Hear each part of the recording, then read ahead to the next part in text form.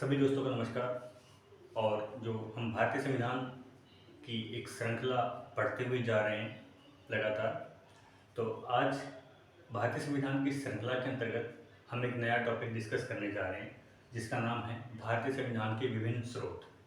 आपने बहुत जगह पर देखा होगा कि बुक्स में अक्सर ही लिखा हुआ मिलता है, जब भी हम संविधान के बारे में आलोचनाएं पढ़ते हैं तो उसमें बखूबी एक चीज़ लिखी हुई हमें मिलती है कि भारतीय संविधान उधार का संविधान है। ठीक है, तो वो इस आलोचक ऐसा इसीलिए कहते हैं कि भारतीय संविधान के अंतर्गत जो हमने प्रावधान जोड़े हैं, जो जो चीज़ें हमने उसके अंदर ऐड की हैं, वो बहुत सारे देशों से हमने ली हैं, बहुत सारे देशों से हमने रेफर उनको किया है। ठीक है, तो हमें जो चीज़ें ठीक लगी हमने उन चीज़ों को लिया अपने भारत देश की स्थिति के हिसाब से। जब भारत देश आज़ाद हुआ 1947 में और 1946 से संविधान सभा अपना कार्य करना शुरू कर चुकी थी, तो 46 से लेकर के 50 तक के दरमियान जो जो प्रावधान हमने जिन जिन देशों के संविधान का अध्ययन किया, उनके प्रावधानों को लिया, इसमें जोड़ा। ठीक है, तो जो चीज़ें हमें ठीक लगी अपने देश की स्थिति के हिसाब से उनको हमने अडॉप्ट कर लिया, उसको हमने अपने संविधान में जोड़ लिया। जो चीज़ें हमें ठीक नहीं लगी उसको हमने रहने दिया। तो हम बात करते हैं कि भारतीय संविधान के कौन कौन से स्रोत हैं। कहने का तात्पर्य ये हुआ कि भारत के संविधान में किस किस देश से किन किन मूल बिंदुओं को हमने अपने संविधान में जोड़ा है। ठीक है, देखिए यहाँ मैं कुछ लिखूंगा, देशों के संविधान का नाम हम डिस्कस करेंगे, उसमें से कौन कौन सी चीज़ें हमने ली हैं वो यहाँ हम पढ़ेंगे। सबसे पहले भारत शासन अधिनियम 1935। भारत शासन अधिनियम 1935 देश की आज़ादी से पहले हमारा देश जो है वो भारत शासन अधिनियम 1935 के प्रावधानों के हिसाब से चला था। या यूँ कहें कि आज़ादी से पहले ये जो अधिनियम है यही हमारा संविधान था। हमारे संविधान बनने के पहले जो भारत शासन अधिनियम 1935 है वही हमारा संविधान था। इसमें से क्या क्या चीज़ें हमने ली हैं।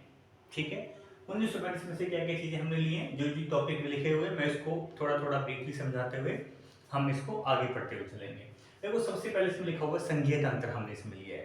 संघीय ढांचा जो है, संघीय तंत्र आप कह सकते हैं या फिर संघीय ढांचा। ठीक है, जो लिया है हमने कहाँ से लिया है, वो भारत शासन अधिनियम 1935 से लिया है। संघीय ढांचे का मतलब होता है कि एक केंद्र सरकार होगी और बहुत सारे राज्य सरकार होगी, केंद्र और राज्य दोनों। कहने का मतलब केंद्र सरकार भी होगी, राज्य सरकार भी होगी, और जो जितने भी विभिन्न राज्य हैं, जितने भी 28 राज्य हैं वो हमारे केंद्र से अलग नहीं हो सकते। ठीक है, जैसे कि दिल्ली में केंद्र सरकार बैठी हुई है और हर एक राज्य में राज्य सरकार है, तो राज्य जितनी भी राज्य सरकारें हैं या यूं कहूं जो राज्य हैं वो चाहकर भी भारत से अलग नहीं हो सकते, क्योंकि संविधान के अनुच्छेद 1 में साफ शब्दों में लिखा हुआ है कि भारत राज्यों का संघ है।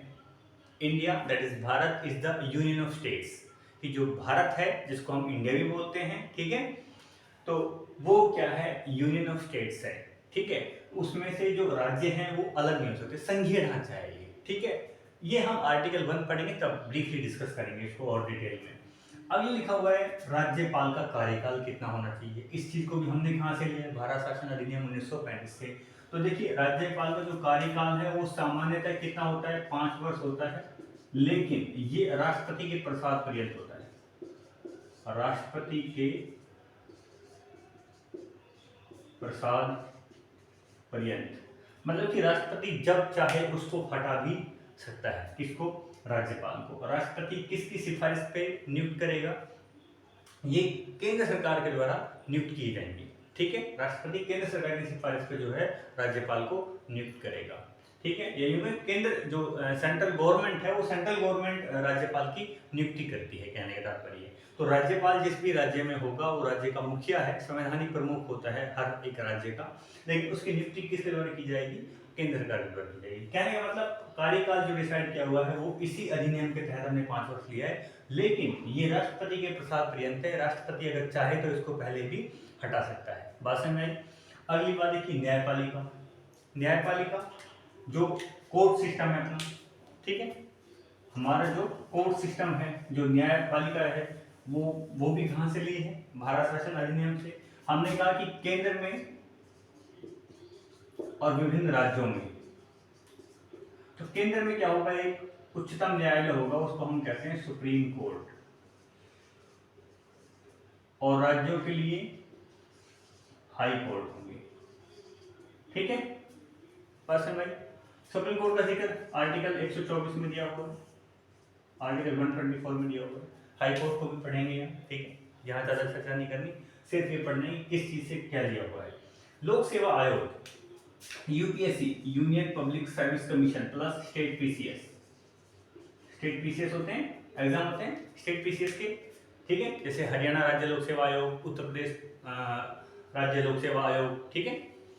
तो यूपीएससी जो उसमें जो कर्मी होंगे, जो सिविल सेवक होंगे, जो सिविल कर्मचारी होंगे, तो वो उनका किस तरीके से उनका वेतन होना चाहिए, क्या सिस्टम, पूरा जो सिस्टम है उनका वो कहाँ से लिया हुआ है, ये भारत शासन अधिनियम 1935 से लिया हुआ है। आप जानते हो कि आर्टिकल 315 में यूपीएससी के बारे में सारा कुछ लिखा हुआ है, ठीक है। अगली बात आपातकालीन उपबंध। आपातकालीन उपबंध हमने बताया था कि राष्ट्रपति के पास ये शक्तियां होती हैं आपातकाल लगाने की, आपको ध्यान होना चाहिए ये चीज भी। तो राष्ट्रपति के पास मैंने कहा था 3 आर्टिकल आपको ध्यान होने चाहिए, आर्टिकल 352, आर्टिकल 356 और आर्टिकल 360। ये राष्ट्रपति इन परिस्थितियों में, आर्टिकल 352 में क्या होगा, राष्ट्रीय आपातकाल लगेगा। 356 में क्या होगा, राष्ट्रपति किसी राज्य के संवैधानिक तंत्र के विफल होने पर वहां राष्ट्रपति शासन लगा सकता है। और 360 में क्या हो जाएगा, 360 के अंतर्गत वित्तीय आपातकाल लगा सकता है। तो ये आपातकालीन जो उपबंध है वो भी कहाँ से लिए हुए हैं, आपातकालीन उपबंध भी आपके कहाँ से हैं, भारत शासन अधिनियम 1935 से लिए। अगला है प्रशासनिक विवरण।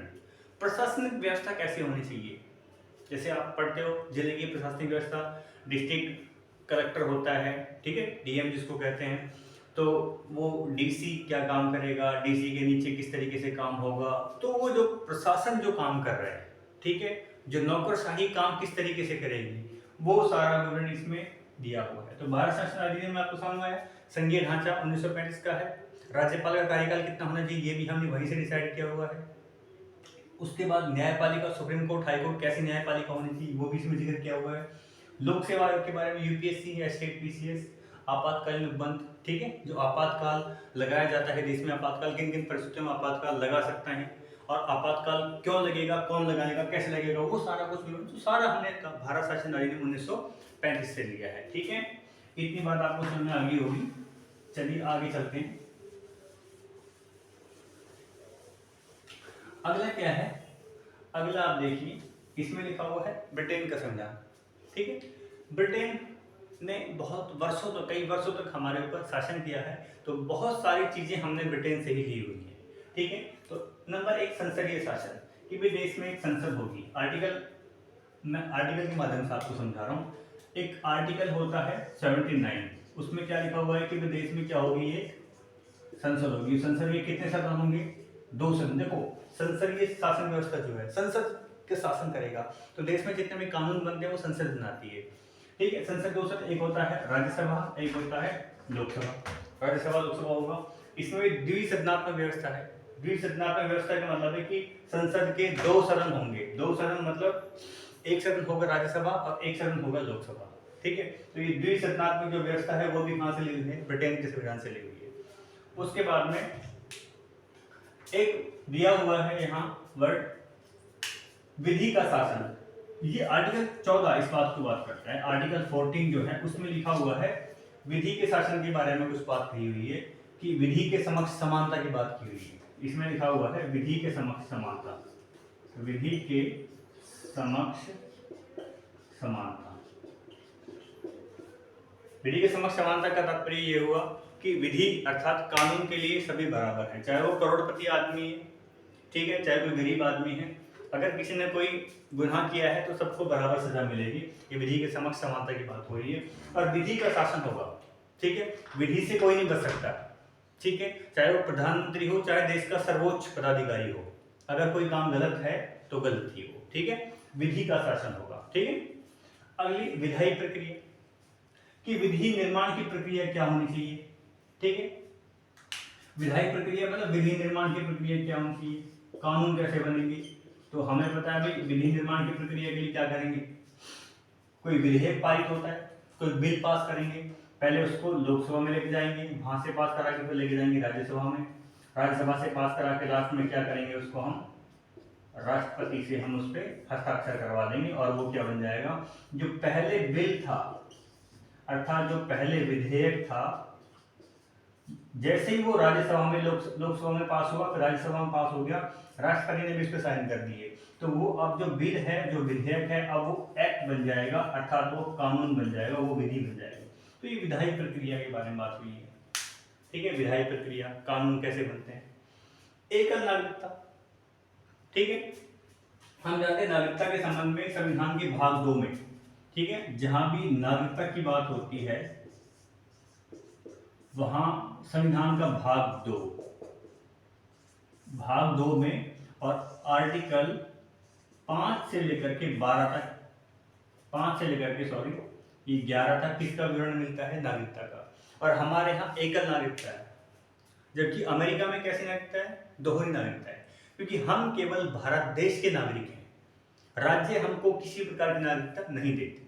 ठीक है, अमेरिका में दोहरी नागरिकता है, वहां अमेरिका देश का भी कोई बंदा नागरिक है और जिस राज्य से वह बिलोंग कर रहा है उस राज्य की अलग से उसके पास नागरिकता है।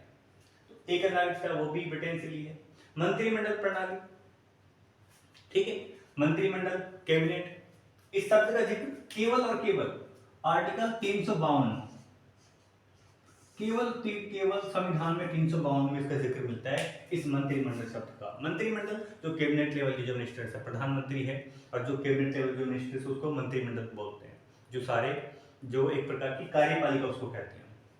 अगली बात, संसदीय विशेषाधिकार, कि संसद को कौन कौन से विशेषाधिकार हैं, कि भाई संसद अपने नियमों को, कानूनों को प्रकाशित कर सकता है, संसद अपनी कार्रवाई में किसी अगर कोई कार्रवाई चल रही और किसी सदस्य ने अगर वहां अवमानना की है संसद की या उसकी प्रणालियों की, तो उसको वो संसद से बाहर का रास्ता दिखा सकता है।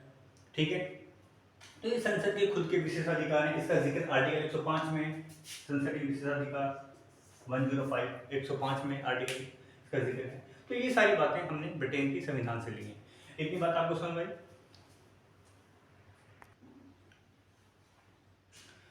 उसके बाद में अगला देश जिससे हमने संविधान के कुछ अपने आयाम लिए हैं, कुछ हमने संविधान के मूल तत्व लिए हैं, वो संयुक्त राज्य अमेरिका।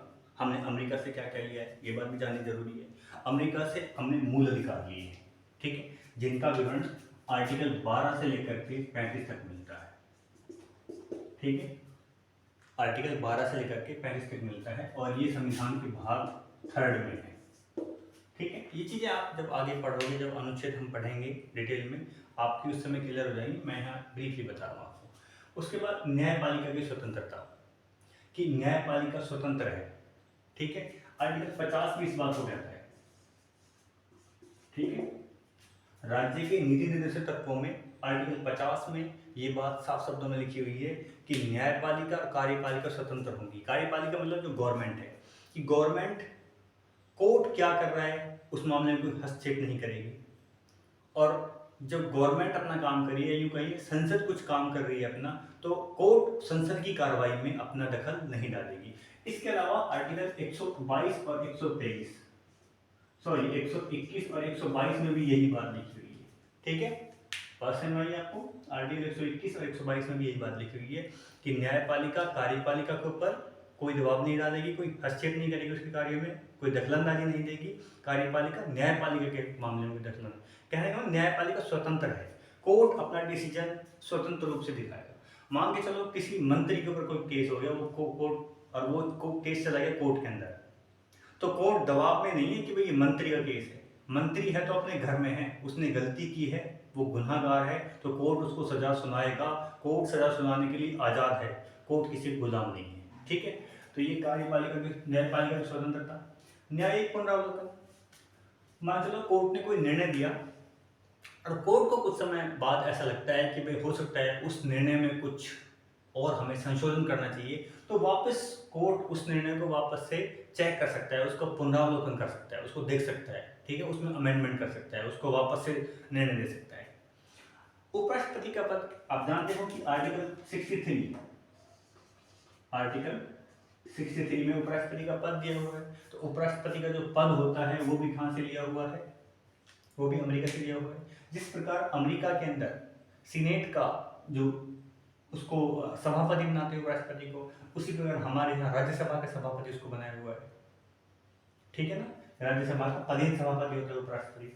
उसके बाद सुप्रीम कोर्ट और हाई कोर्ट के जो जज होते हैं उसको अपने पद से कैसे हटाएं, उनको उनके पद से हटाने का जो तरीका है वो भी कहाँ से लिया हुआ है हमने, अमेरिका से लिया हुआ। राष्ट्रपति पर महाभियोग, महाभियोग वो प्रक्रिया है जिसमें हम राष्ट्रपति को उसके पद से हटा सकते हैं महाभियोग लगा करके, ठीक है। ये पूरा प्रोसीजर होता है कि संसद के 2/3 सदस्य उससे सहमत होने चाहिए और उसको पहले हमें पूर्व में सूचना देनी पड़ेगी राष्ट्रपति को। ये सारी बातें हम पढ़ेंगे जब राष्ट्रपति पढ़ेंगे। मैं आपको बताता हूँ आर्टिकल के बारे में। इसी समय आर्टिकल 56 में और आर्टिकल 61 में महाभियोग की प्रक्रिया का वर्णन किया हुआ है। आर्टिकल 56 में लिखा हुआ है कि महाभियोग किन किन कारणों की वजह से लाया जाना चाहिए। आर्टिकल 61 में लिखा हुआ है कि महाभियोग किस प्रकार लाया जाएगा, महाभियोग लाने की प्रक्रिया क्या होगी, ठीक है। तो राष्ट्रपति को उसके पद से हटाना, सपोज करो उस राष्ट्रपति ने कोई ऐसा काम कर दिया जिससे संविधान का उल्लंघन हो रहा है, संविधान की प्रतिष्ठा दांव पे लग रही है, तो इस केस में राष्ट्रपति को भी हम उसके पद से हटा सकते हैं। वो प्रक्रिया कौन सी है, उसको बोलते हैं महाअभियोग प्रक्रिया। आर्टिकल 56 में और आर्टिकल 61 में उसका वर्णन किया हुआ है। तो ये बातें संयुक्त राज्य अमेरिका की हुई।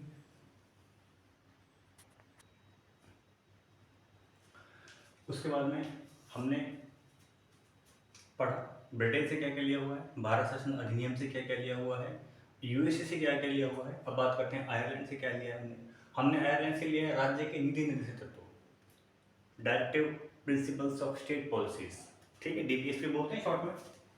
डीपीएसपी सुना है ना आपने, DPSP directive principles for state policies. इनका जिक्र ये भाग 4 में है और भाग 4 में भी आर्टिकल की अगर मैं आपको बताऊं तो आर्टिकल 36 से लेकर के 36 to 51, 36 के यहाँ तक इसका जिक्र है।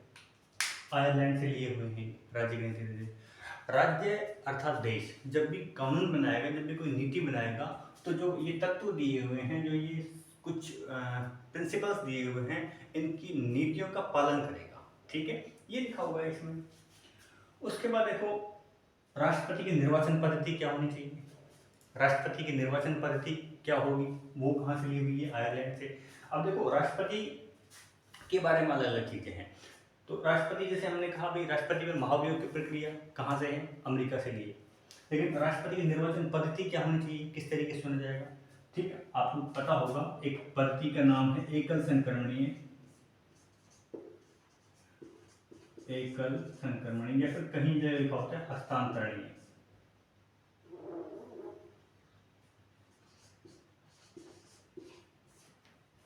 अनुपातिक मतदान पद्धति। तो जो निर्वाचन पद्धति है, निर्वाचन जो प्रणाली है, ये वाला जो सिस्टम है पूरा, वो कहाँ से लिया हुआ है, वो भी हमने आयरलैंड से लिया है। राष्ट्रपति पर महाभियोग कहाँ से, अमेरिका से, लेकिन राष्ट्रपति निर्वाचन पद्धति कहाँ से, आयरलैंड से। ये बड़ी कंफ्यूज करती चीजें, राष्ट्रपति नाम देख के हम कई बार कंफ्यूज हो जाते हैं। जैसे हमने पढ़ा था, हमने स्टार्टिंग में पढ़ा था राज्यपाल के बारे में कि भारत शासन अधिनियम में लिखा हुआ था कि जो राज्यपाल का कार्यकाल होगा वो 5 वर्ष का होगा, तो वहाँ कार्यकाल की बात हुई है, ठीक है, पढ़ा था हमने, राज्यपाल कार्यकाल पढ़ा था ना। उसी प्रकार देखिए आप आयरलैंड के बारे में हमने जाना, पहले आयरलैंड वाला पढ़िए, पहले क्या लिखा हुआ है, राज्य के नीति निर्देशक तत्व जो होंगे वो कहाँ से लिए जाएंगे, राज्य के नीति निर्देशक तत्व लिए जाएंगे आपके आयरलैंड से लिए हुए हैं, ठीक है। ये मैंने थोड़ा लिख दिया, इसको देखते हैं, ये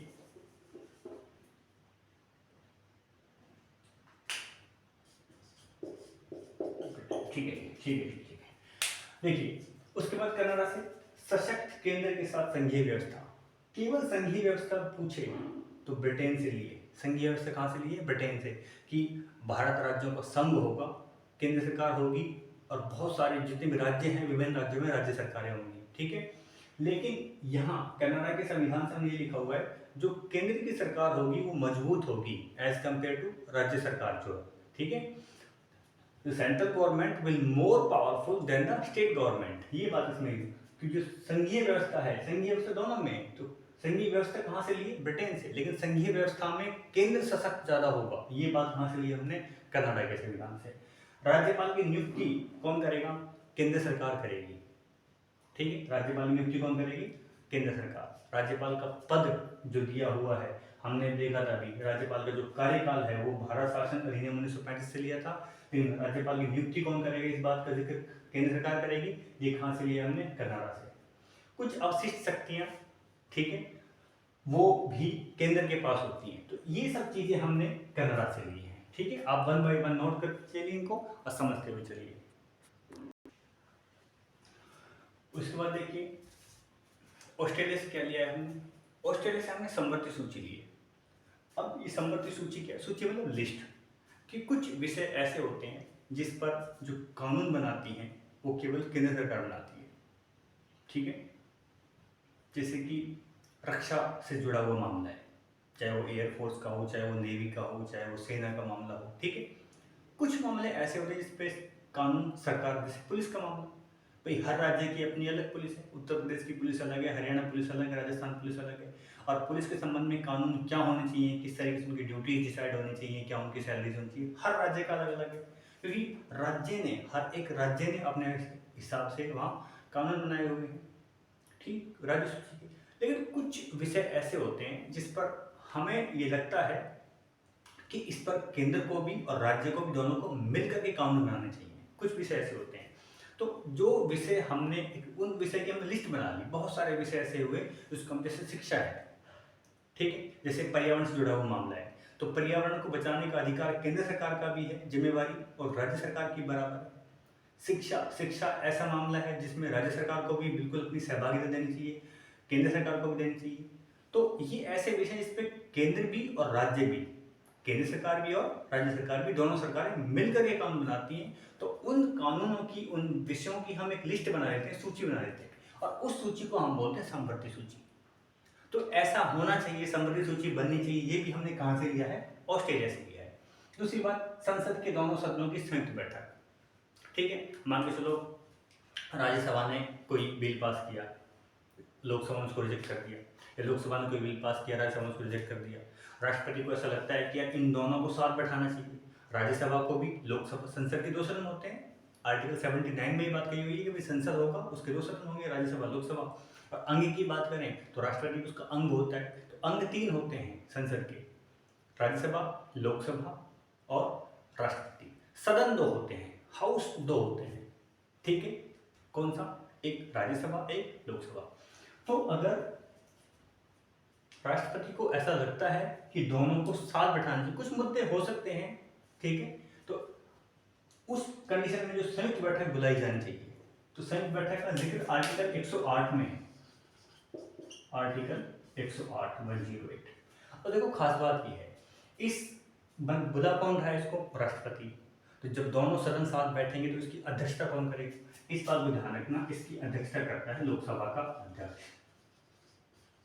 और ये बात कहाँ लिखी हुई, ये बात लिखी हुई है आर्टिकल 118 के पार्ट 4 में, ठीक है। लोकसभा का अध्यक्ष कौन होगा, इस जो संयुक्त बैठक होगी, इस संयुक्त बैठक की अध्यक्षता कौन करेगा, लोकसभा का अध्यक्ष। किस आर्टिकल में लिखा हुआ है ये बात, आर्टिकल 118 4 में, 118 का जो चौथा भाग है उसमें।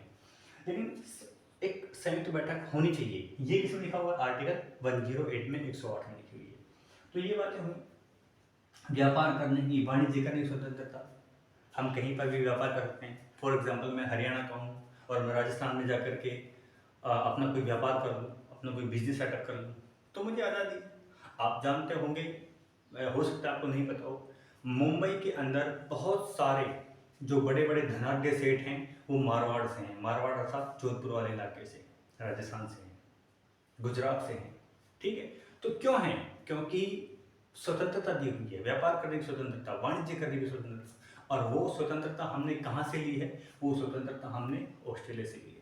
आर्टिकल 19 क्या कहता है, आर्टिकल 19 भी तो आपकी स्वतंत्रता की बात करता है कि 6 प्रकार की स्वतंत्रता होनी चाहिए।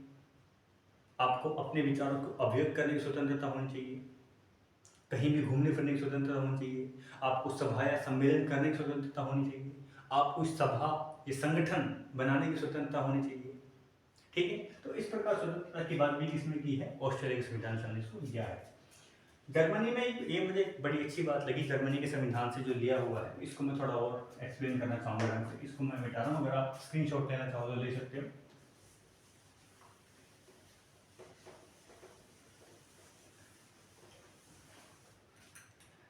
ठीक है। हमने पढ़ा था कि आपातकाल के उपबंध, ठीक है, एक देश से हमने आपातकाल के उपबंध लिए थे कि आपातकाल के उपबंध होने चाहिए, भी आपातकाल भी लगाया जा सकता है, आपातकाल लग सकता है किसी केस में। वो हमने भारत शासन अधिनियम से लिए थे। हमने लिए थे भारत शासन अधिनियम 1935। भारत शासन अधिनियम 1935 से हमने क्या लिए हैं, हमने लिए हैं आपातकाल लग सकता है।